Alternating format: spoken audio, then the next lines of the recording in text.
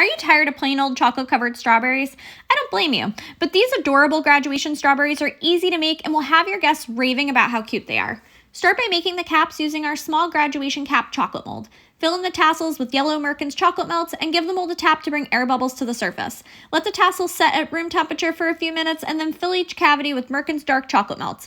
But you could really use any of our Merckens flavors or colors. Tap the mold on your work surface to release air bubbles and place in the refrigerator for about 5 to 10 minutes or until the chocolate's easily released from the mold.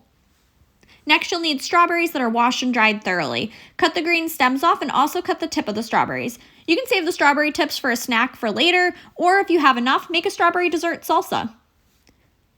Melt Merckens chocolate melts in the microwave 20 to 30 seconds at a time, stirring in between intervals. Dip the strawberries into the chocolate and place on a sheet of parchment paper. Immediately add a graduation cap topper and set aside to dry. Up the cuteness by adding icing eyes using additional melted chocolate and a toothpick to adhere them to the strawberry.